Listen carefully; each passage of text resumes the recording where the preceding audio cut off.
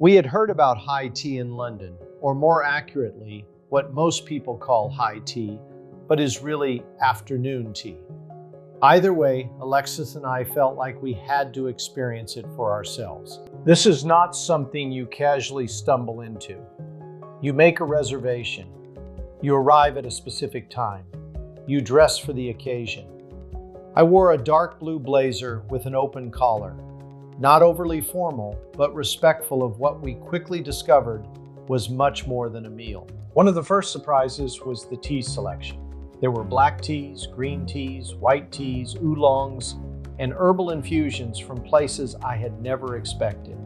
Malawi, Nepal, New Zealand, even Japan. Every tea seemed to come with its own story.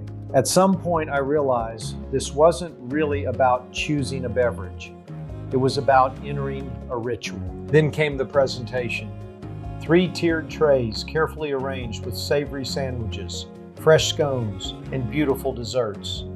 Coronation chicken on brioche, smoked salmon with horseradish cream cheese, freshly baked scones with jam and Cornish clotted cream, delicate pastries that almost seemed too perfect to eat. And the setting elevated everything. Fine china, silver teapots, a small tea strainer for loose leaves. Even a single red rose on the table seemed intentional. Nothing felt accidental. At one point, Alexis and I looked at each other and shared the same realization. Oh my goodness, this is happening to us. It wasn't just impressive, it made us pause. It made us grateful to be there together. Near the end, we couldn't finish everything. I wondered whether I should ask for a doggy bag, but somehow that didn't seem to fit the moment.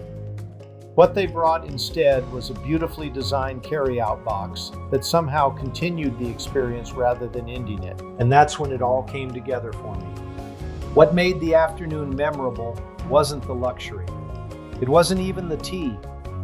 It was the intention behind every detail. Because in the end, this wasn't really about tea. It was about time. Time set aside to sit, to talk, to reflect, and simply be present. In a world that constantly urges us to move faster and do more, this experience asked us to slow down. And if you let it, it gives you something increasingly rare, a moment that actually feels like a moment.